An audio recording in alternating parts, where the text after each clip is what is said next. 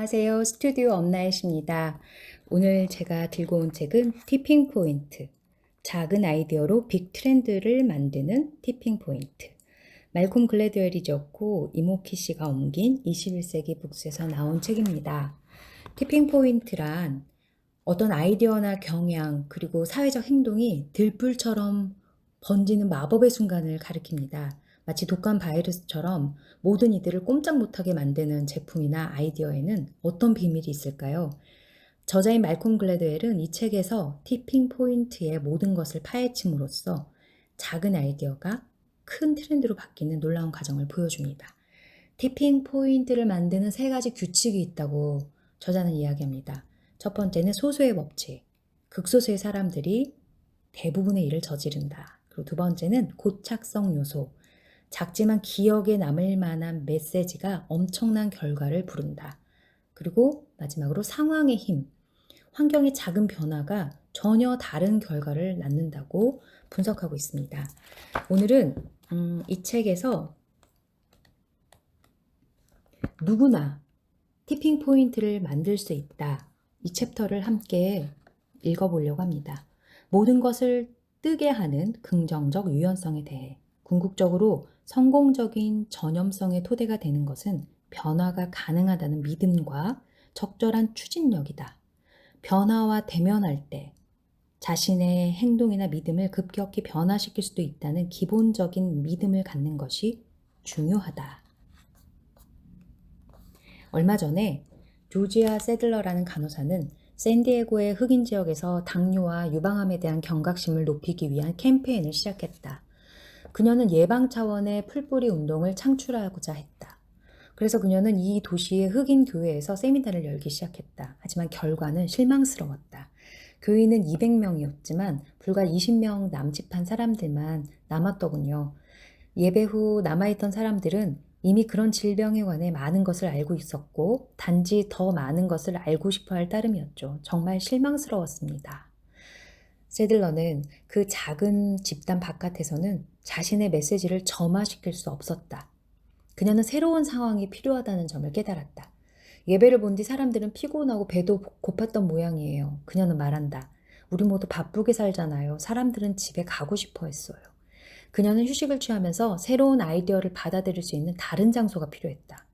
또한 새로운 메신저도 필요했다. 약간은 커넥터이자 약간은 세일즈맨이며 약간은 메이분인 그런 사람이 필요했다. 네, 커넥터, 메이분, 세일즈맨이 궁금하신 분들은 제가 이전에 올려드린 방송을 들어보시면 도움이 될 겁니다. 소수의 법칙을 만드는 극소수의 사람들을 작가가 분류해 놓은 건데요. 계속해서 책으로 돌아가 보겠습니다. 그녀는 정보를 알릴 새롭고 더 고착적인 방법을 찾아야 했다. 그녀는 다양한 사회재단과 단체에서 얻어낸 얼마 안 되는 돈을 초과하지 않는 범위 내에서 모든 것을 변화시켜야 했다. 그렇다면 그녀의 해결책은 무엇인가? 그녀는 캠페인 장소를 흑인 교회에서 미용실로 옮겼다. 그곳은 실컷 좋건 들어야 하는 청중이 있죠. 미용실에 온 여성들은 적어도 2시간, 만약 머리를 가닥가닥 닦는다면 8시간이나 앉아 있어야 하거든요. 미용사 또한 단골 손님들과 특별한 관계를 누리기를 즐긴다. 일단 당신의 머리를 매만질 수 있는 사람을 발견하면 100마일을 마다하지 않고 달려갈 겁니다. 미용사는 당신 친구죠. 그녀는 당신의 고등학교 졸업식, 결혼식, 그리고 당신이 첫 아이를 낳았을 때 어김없이 찾아옵니다. 그건 오랜 신뢰관계이죠. 미용사라는 직업은 특정한 사람들, 쉽게 의사소통을 하고 다른 사람들과 잘 지내며 많은 사람들을 다양하게 아는 사람들을 끌어들이는 힘이 있어 보인다. 세들러는 말했다. 그들은 자연스러운 의사소통자들입니다. 그 사람들은 얘기를 좋아해요. 그들은 대단히 직관적인데 언제나 사람을 관찰하고 다른 사람들이 어떻게 행동하는지를 보고 있기 때문이죠. 세들러는 미용사 집단과 이야기 전달꾼들을 불러 모았다. 그리고 이야기 전달꾼들에게 미용사들이 유방암에 관한 정보를 감탄이 절로 나도록 전할 수 있도록 지도하게끔 했다. 우리는 전통적인 의사소통 방식에 의존하고 싶었죠. 미용실은 교실과 같은 분위기가 아니잖아요. 여성들이 정보를 함께 나누고 서로가 서로에게 전달하기를 바랐어요. 정보를 이야기 형태로 꾸며서 전달하는 것이 얼마나 쉬운지 아세요? 세들러는 새로운 정보를 계속 순환시키면서 소문처럼 가벼운 이야기로 만들고 유방암에 관한 의사소통을 시작하는 사람들을 미용실로 흘려보냈다. 그래서 단골 손님이 올 때마다 미용사는 대화를 시작할 새로운 실마리를 포착할 수 있었다. 세들러는 자료들을 큰 글씨로 쓴 다음 그것을 플라스틱 판에 붙여놓음으로써 바쁜 미용실의 정신없는 상황에서도 볼 수 있도록 만들었다. 그녀는 평가 프로그램을 만들어서 어떤 것이 효과적이었는지, 사람들의 태도가 변했는지, 사람들이 유방 엑스레이 사진과 당뇨 검사를 받았는지를 알아보았다. 그녀는 자신의 프로그램이 효과를 발휘하기 시작했음을 알아냈다. 이 사례는 작은 것으로 많은 것을 만들어낼 수 있다는 가능성을 보여주었다. 세들러는 전국 암협회나 캘리포니아주 보건부를 찾아가지 않았다. 또한 정교한 멀티미디어를 통한 대중적인 캠페인을 하기 위해 수백만 달러를 요구하지도 않았다. 그녀는 샌디에고 근처를 가가호호 방문하지도 않았고 유방 엑스레이 무료 검진을 위한 서명 운동을 전개하지도 않았다. 공중파를 통해 예방, 검사하라는 요청을 맹렬하게 퍼붓지도 않았다. 그 대신 그녀는 적은 예산으로 어떻게 하면 보다 재치 있게 사용할 수 있는지 생각했다. 그녀는 메시지의 환경을 변화시켰다. 그녀는 메신저를 변화시켰으며 메시지 그 자체를 바꿨다. 그녀는 자기 노력에 초점을 맞췄다. 이것이 티핑포인트의 으뜸가는 교훈이다. 전염성을 퍼뜨리려면 핵심적인 몇 군데 지역에 자원을 집중하는 것이 필요하다. 소수의 법칙에서는 커넥터, 메이븐, 세일즈맨들이 입소문의 전염을 시작하는데 책임이 있다고 한다. 네, 커넥터, 메이븐, 세일즈맨이 어떤 역할을 하는지 잘 모르시면 이해가 좀 어려우실 것 같아요. 지난번 방송을 한번 들어보시고 이 방송을 다시 들으시면 많은 이해가 되실 겁니다. 이 말은 입소문의 전염을 시작하는 데 관심이 있다면 자신의 모든 자원을 이 세 가지 집단에게 퍼부어야 한다는 의미이다. 그 밖에 누구도 전혀 문제가 되지 않는다. 영국군이 진군하고 있다는 것을 윌리엄 도우스에게 말하는 것은 뉴 잉글랜드의 식민지 주민들에게 아무런 효과가 없었다. 하지만 폴 리비어에게 말하는 것은 궁극적으로는 패배와 승리라는 차이를 가져다 주었다. 누가 커넥터고 누가 메이븐이고 누가 세일즈맨인지를 잘 분별해서 행동했다는 걸 말해준 예입니다. 그리고 블루스 클루스는 어린이들이 좋아하는 반시간짜리 세련된 텔레비전 쇼로 개발되었다. 하지만 제작팀은 단 한 번 시청만으로는 어린이들이 모든 것을 배우고 기억할 수 없다는 것을 깨달았다. 그래서 텔레비전 쇼에서는 이전에는 한 번도 실행한 적이 없는 방법을 실시했다. 그들은 같은 쇼를 연달아 5번이나 반복했다. 세들러는 샌디에이고에 있는 모든 여성들에게 일시에 접근할 수 있는 방법을 시도하지 않았다.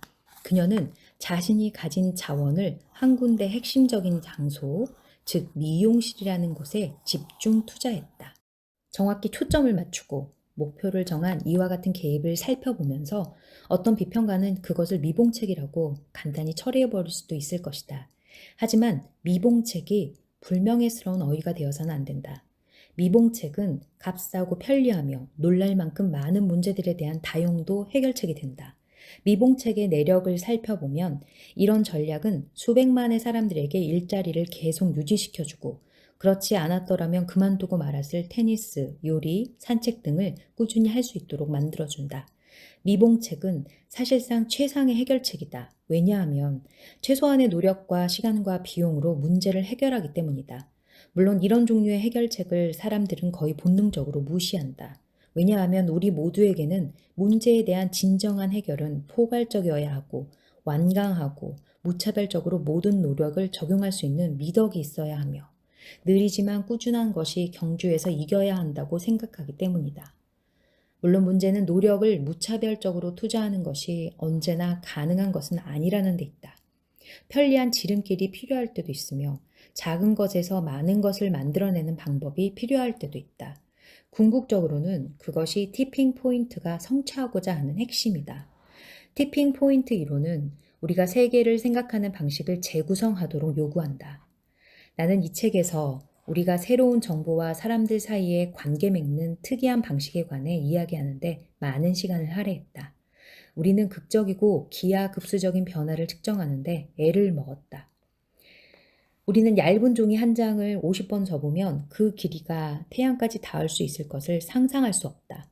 우리가 인지할 수 있는 범주의 숫자, 우리가 정말로 사랑하는 사람의 숫자, 우리가 진정으로 알고 있는 지인의 숫자는 뜻밖에도 제한되어 있다.